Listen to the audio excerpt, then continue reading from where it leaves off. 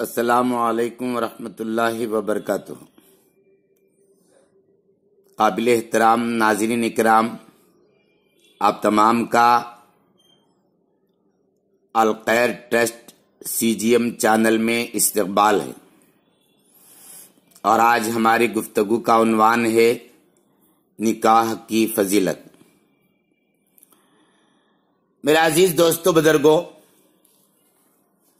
اللہ تعالیٰ نے دنیا میں مرد عورت کا جوڑا پیدا کیا ہے، اور ان دونوں کے درمیان نکاح کے ذریعے سے ایک دوسرے کو حلال کرنے کا طریقہ رائج فرمایا ہے۔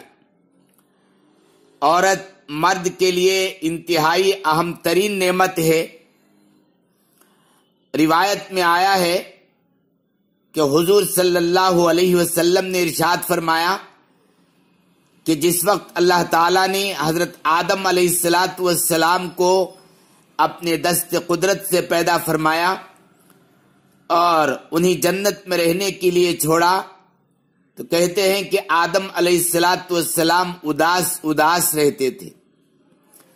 جب اللہ تعالیٰ نے حضرت حوا علیہ السلام کو ان کی بائیں پسلی کی ہڈی سے پیدا کیا اور ان کے ساتھ رہنے کے لیے دیا، تو حضرت آدم علیہ السلام کی اداسی ختم ہو گئی۔ اسی طرح اللہ تعالیٰ نے حضرت آدم علیہ السلام اور حوا علیہ السلام کو ساری دنیا انسانیت کے لیے ماں باپ کی حیثیت سے قبول فرمایا اور پیدا فرمایا۔ اسی لیے حضور صلی اللہ علیہ وسلم ارشاد فرماتے ہیں کہ دو چیزیں اور دو عبادتیں ایسی ہیں جو حضرت آدم علیہ السلام سے لے کر آج تک مسلسل چلی آ رہی ہے۔ ایک ایمان ہے جو اللہ تعالیٰ بندے مومن کے بلکہ ہر انسان کے اندر چاہتے ہیں۔ یہ نعمت اور ایمان کی عبادت اسی وقت سے چلی آ رہی ہے، اور دوسری عبادت جو اسی وقت سے چلی آ رہی ہے اور آج تک ہے اور قیامت تک رہے گی، وہ عبادت نکاح ہے۔ لوگ سمجھتے ہیں کہ نکاح اور شادی ایک انسان کی ضرورت ہے، اس کے علاوہ اور کچھ نہیں ہے۔ حالانکہ دوستو ایسی بات نہیں ہے۔ جہاں نکاح کے ذریعے سے انسان کی ضرورت اور حاجت پوری ہوتی ہے، وہیں نکاح ایک اہم ترین عبادت بھی ہے کہ انسان اپنی ضرورت کو، شہوت انسانیت کو حلال طریقے سے پورا کرتا ہے۔ جیسا کہ حضور صلی اللہ علیہ وسلم نے ارشاد فرمایا کہ جب کوئی بندے مومن اپنے ہاتھ سے اپنی بیوی کو کچھ کھلاتا ہے اور لقمہ اس کو دیتا ہے، تو اللہ تعالیٰ اس کو ایک صدقے کا ثواب عطا فرماتے ہیں۔ حضرات صحابہ رضی اللہ تعالیٰ عنہم اجمعین حیرت میں پڑ گئے اور پوچھا کہ یا رسول اللہ صلی اللہ علیہ وسلم، اپنی بیوی کے منہ میں لقمہ دینا تو ایک انسان کی فطرت ہے، ضرورت ہے، اور محبت کی وجہ سے ایک کام انجام دیتا ہے، اس پر صدقے کا ثواب کیسا ہے؟ اللہ کے رسول صلی اللہ علیہ وسلم نے فرمایا، کیا تم نہیں سمجھتے کہ ایک مرد اپنی منکوحہ بیوی کے علاوہ کسی دوسری عورت کو جو اس کے لیے حرام ہے اس طرح کا لقمہ اگر کھلائے تو اس کو گناہ پہنچتا ہے، اور یہ عمل ٹھیک نہیں ہے۔ اسی طرح اپنی منکوحہ اور حلال عورت کے ساتھ اس طرح کا سلوک کرنے سے اس کو ایک صدقے کا ثواب ملتا ہے۔ اس سے معلوم ہوا کہ بندے مومن کے لیے جو نکاح کا عمل ہے وہ عبادت کی حیثیت رکھتا ہے، اور انسان کے لیے، اس کے دین کے لیے اور اخلاق اور اعمال اور کردار کی حفاظت کا ذریعہ اور سبب بنتا ہے۔ اسی لیے حضور صلی اللہ علیہ وسلم نے حکم فرمایا کہ جب لڑکا یا لڑکی بالغ ہو جائے، جوان ہو جائے، تو فوراً نکاح کر دے، تو نکاح ایسی عبادت ہے جس کے ذریعے انسان کا آدھا ایمان پورا ہوتا ہے. اسی لیے حضور صلی اللہ علیہ وسلم نے ارشاد فرمایا من تزوج فقد استکمل نصف الدین فلیتق اللہ فی النصف الباقی. جس نے نکاح کیا، شادی کی، وہ سمجھ لے کہ اس کا آدھا ایمان مکمل ہوا. باقی نصف دین کو وہ مکمل کرنے کے لیے اللہ کا خوف، اس کی خشیت کو اختیار کریں. حقیقت میں نکاح ایک ایسی نعمت ہے جس کے ذریعے سے انسان کا دین مکمل ہوتا ہے. حضور صلی اللہ علیہ وسلم نے بھی نکاح کیے اور حضرات صحابہ رضی اللہ تعالی عنہم اجمعین نے بھی نکاح کیے. اگر کوئی شخص یہ کہے کہ میں نکاح نہیں کروں گا تو اس کا ایمان مکمل نہیں ہوگا. اگر کوئی تنہا رہ کر زندگی گزارنا چاہتا ہے تو شریعت اس کی اجازت نہیں دیتی، بلکہ احادیث میں آیا ہے کہ ایک صحابی رسول اللہ صلی اللہ علیہ وسلم کی خدمت میں حاضر ہوئے اور عرض کیا کہ اللہ کے رسول صلی اللہ علیہ وسلم، میں شادی یعنی نکاح نہیں کرنا چاہتا، شادی کرنا نہیں چاہتا، ویسے تنہا رہ جاتا ہوں اور تنہا رہنا چاہتا ہوں، کیا مجھے اس کی اجازت ہے؟ فرمایا رسول اللہ صلی اللہ علیہ وسلم نے کہ اس کی اجازت نہیں ہے. فرمایا کہ نکاح کرو، میری سنت ادا کرو. النکاح من سنتی، نکاح میری سنت ہے. لیکن حضرات آج کل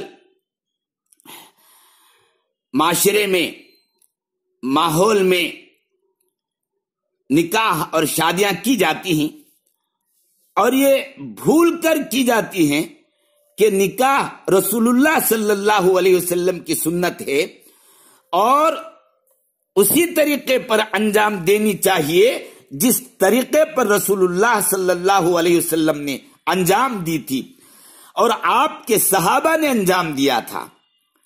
ایک حدیث میں ہے آپ صلی اللہ علیہ وسلم نے فرمایا اعظم النکاح برکتن ایسرہمونا، سب سے زیادہ برکت والا نکاح وہ ہے جس کے اندر طرفین پر بوجھ کم پڑتا ہو، یعنی لڑکے والوں پر بھی بوجھ کم پڑتا ہو اور لڑکی والوں پر بھی بوجھ اور وزن کم پڑتا ہو. یہ بہترین نکاح ہے اور سب سے زیادہ برکت والا نکاح ہوتا ہے. چنانچہ حضور صلی اللہ علیہ وسلم نے نکاح کیے اور اپنے بیٹیوں کے نکاح کیے. خاص طور پر حضرت فاطمہ رضی اللہ تعالی عنہا کا نکاح کیا، انتہائی سیدھے سادے طریقے پر انجام دیا. اس طرح آپ کے صحابہ نے بھی نکاح کیے بہت سیدھے سادے طریقے سے، جس میں کسی قسم کا دھوم دھڑاکا، دکھاوا اور نمائش نہیں. دوستو یاد رکھیے، نکاح کے وقت جو دعوت کھلائی جاتی ہے لڑکی والوں کی طرف سے، آج کل اس دعوت کا رواج بہت زیادہ ہے. یہ دعوت، یہ کھانا اسلام میں موجود نہیں. نکاح کے بعد تو صرف ولیمے کی دعوت مسنون ہے، اس کے علاوہ اور کسی قسم کے مشروبات یا کھانے کی کوئی گنجائش نہیں ہے. میرے عزیز دوستو، آج کل تو نکاح میں بڑے ہی مانگ کر لیتے ہیں اور جب ولیمے کی بات آتی ہے تو ولیمے کی دعوت کو اڑا دیتے ہیں. لیکن لڑکی کی جانب سے نکاح کے دن کی جو دعوت ہوتی ہے اسے خوب مانگ کر لیتے ہیں، 500 آدمی کی، 1000 آدمی کی. حالانکہ جو دعوت لڑکی والوں کی جانب سے کی جاتی ہے نکاح کے دن، اس کا وجود اسلام میں نہیں ہے. میرے عزیز دوستو بزرگوں، آج کل اس کا رواج بہت ہی عام ہو چکا ہے نکاح کے وقت کی دعوت کا. اور میرے عزیز دوستو، رسول اللہ صلی اللہ علیہ وسلم نے فرمایا اولیمو ولو بشاتن، ولیمہ ضرور کرو اگرچہ کہ ایک ہی بکری کیوں نہ ہو. اور یہاں تک کہا کہ بئس الطعام طعام الولیمہ. مگر ہم کیا کرتے ہیں نکاح کے موقع پر؟ تو انٹرنیشنل بھکاری بن کر مانگ کر دعوت لیتے ہیں. اللہ ہماری حفاظت فرمائے، اور ہماری اللہ پاک ہر طریقے سے حفاظت فرمائے۔ میرے عزیز دوستو، یہ بات عقل کے بھی خلاف ہے۔ اپنے سب باپ اپنے سینوں پر ہاتھ رکھ کر سوچیں کہ بیٹی کو گھر سے رخصت کرنے کا وقت، جبکہ 20-25 سال پرورش کر کے رخصت کر رہا ہو، کیا وہ خوشی کا وقت ہوتا ہے؟ نہیں، بلکہ ایک ذمہ داری کا بوجھ ہوتا ہے جو اللہ نے اس وقت اتار رہا ہے۔ ایسے وقت پر دعوت کھانا یہ اچھی بات نہیں ہے، بلکہ عقل کی بات تو یہ ہے کہ لڑکا اس کا گھر آباد ہوتا ہے، وہ ولیمہ کر کے دعوت کھلائے۔ جب ولیمے کی بات آتی ہے تو لوگ کہتے ہیں کہ ولیمہ ہمارے گھرانے میں نہیں، اگر کرتے بھی ہیں تو گھر کے حد تک۔ کسی نے کہا، آہ اسلام تیرے چاہنے والے نہ رہے، آہ اسلام تیرے چاہنے والے نہ رہے، جس کا تو چاند تھا افسوس وہ حالے نہ رہے۔ میرے عزیز دوستو، نکاح کے موقع پر ان ساری باتوں کا خیال رکھیں جن باتوں سے اللہ اور اس کے رسول ناراض ہوتے ہیں۔ نکاح جہاں تک ہو سکے سیدھے سادے انداز سے کریں جو اللہ اور اس کے رسول کو پسند ہے، اور جہاں تک ہو سکے مساجد میں نکاح کو کرنے کی کوشش کریں، کیونکہ احادیث میں نکاح مساجد میں کرنے کا حکم ہے۔ وَعَلَمُ النِّكَاحَ وَجَعَلُوهُ فِي الْمَسَاجِدِ احادیث میں آیا ہے۔